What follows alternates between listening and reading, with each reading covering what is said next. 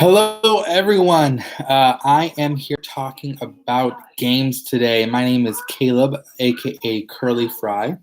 So my kids are in the background watching Mickey. If you don't know, we are a big Disney family, and so I raised my kids to love Disney, just like I raised them to love Jesus, and so they love to watch that. So please excuse them there in the background. If they need me, I'm the only one here right now. Um, my wife is off hanging out at Target. Oh my man. I let her go out so that she could just have some alone time away from the kids.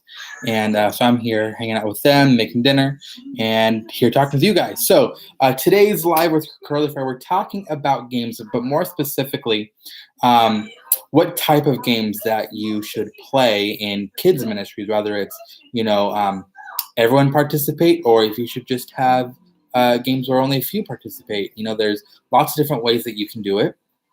And I know many children's pastors who have different opinions about it. Um, a little bit of background on me.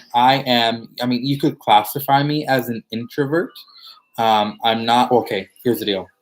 One thing that I want to, I guess, destigmatize is that an introvert is not somebody who doesn't talk, because an extrovert can be quiet too. Um, and somebody who would be classified as an introvert can also talk and be outgoing. The dictionary defines extroversion and introversion as what we think of it: somebody who is quiet and reserved versus someone who is outgoing and talks a lot. But that's actually not what they are. It depends on how you prefer to, I guess, recharge, where you get your energy from. And so extroverts actually get their energy from being around people. Introverts get their energy from being alone and somewhat secluded. So I'm more of an introvert in the sense that on my days off, I literally just prefer to hang out at home and relax, literally not go anywhere, not even step outside. That's what I prefer. So I am an introvert in that sense. However, I can be outgoing, and I can be friendly. Hey man, you can come hang out with me too. And so that's where it comes from. And so for me, being an introvert, going into being a kid, going into kids ministry, I would be more reserved. I'm not right outgoing. It depends on, I guess, my role. If I'm new to somewhere and I'm just visiting or something, then I'll be more reserved. If I'm in charge, I'm going to be outgoing. It just depends on the situation for me. And so in kids ministries, I hated the games when they would make everyone participate. I even hated that in the youth group. I was more outgoing in my teen years, but I did not like those games. I preferred the ones that only a select few were chosen, and I would raise my hands for those. But it's just when everyone had to be forced to do something, I hate it. I still hate things like that today. That moment in church when the pastor, like right after worship, the pastor says, "Hey, why don't we take a few minutes and we'll greet each other?" I hate that part of the service because, one, I have to say hello to people that I may have never met before. Sure, it's my first time that I can meet them and get to know them. But at the same time, you only have like 30 seconds to a minute. There's not a lot of deep conversations that can happen there. So I don't love those times. And so in kids ministry, I recognize that there are kids that don't want to participate in games. So then I play games that only, maybe 5 to 10 or even more kids can play. However, I do realize that there are kids who want to play every game and actually feel left out if they don't play. And so I do a mix of both of them, actually. No, you're okay. You're gonna stand right there. You're good, man.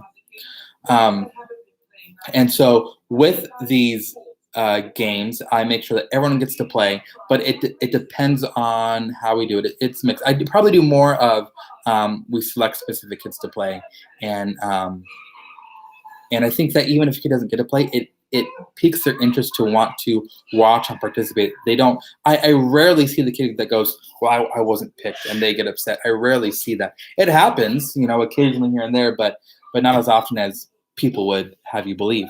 And so, for example, let me give you some games that I've done even just recently. So a couple weeks ago, I loved this game. It literally was just heads up, essentially, where we had one kid from each team, come up, and they had their backs to the screen, and then we put a word up like just say cow was the word. And so all the kids in the audience who were on the team, so all the boys were shouting to the boy, all the girls were shouting to the girl. And of course, since it was like heads up, they could give them any clues, but they couldn't say that word. So they could say, gives milk, lives on a farm, is black and white, things like that. And then the kid had to guess it. And so even though one kid from each team is guessing the game, everyone is involved, participating, and getting excited about it. But another game that I played that I actually really loved, it was an outer space fashion show. And so we got together for my old job. I had some blue jumpsuits. We went and we bought some, they weren't real like hair wigs. They were like the shiny metallic plastic but wigs. And then we got big old glasses and a boa and then like an alien headband that goes on their head. And so it was 6 kids on a team. One person was the model and the others were the dressers. And so one at a time, they'd run to the back of the room where we had those items in a laundry basket. They'd grab one, take it back and put it on the kid. And then the next kid would go and do the same thing. And so the team that got their model dressed first won, 3,000 points for their team. And so although, only 5 kids I guess it was 10 kids, 5 per team got to play, it was still fun and interactive. And so you can do both. I don't think you have to do one or the other. It really just depends on how you structure your service. And maybe your lesson or your worship is very intense, and I don't mean that negatively, but it has a lot of actions and things going on. It wouldn't be bad to play a game that's a little bit more reserved to bring the energy down, because through these games and through worship and through the lesson, you can increase or decrease the level of energy you want in the room.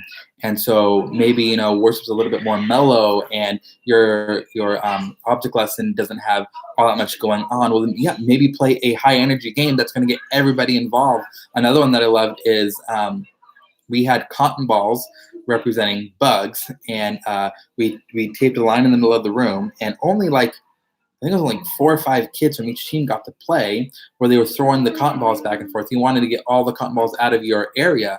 And although only 8 to 10 kids got to play, everyone was laughing and getting excited about just seeing these cotton balls going back and forth.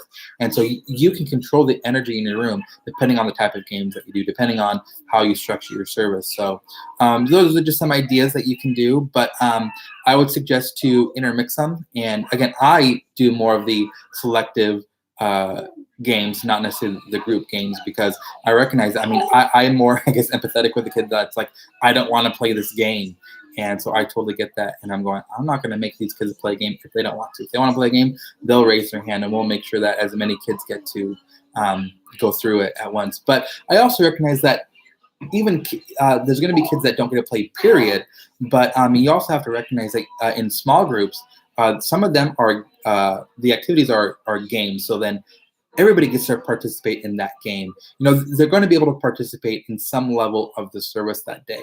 They don't have to be a part of all of it. That's okay. Part of it can be just be watching and engaging that way.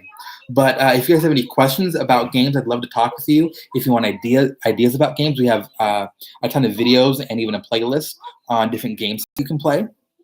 It gives you all the instructions there, and or just leave your thoughts and comments on this video. I'll get back to you, or you can email us anytime at curlyfry@gmail.com. That's CRLYFRI@gmail.com. Or of course, comment on our Facebook, Instagram, and Twitter. We'd love to help you guys out in any way that you can. Well, thank you guys for watching. Have a good week, and we'll see you next week with Live with Curly Fry. See ya. Here we go.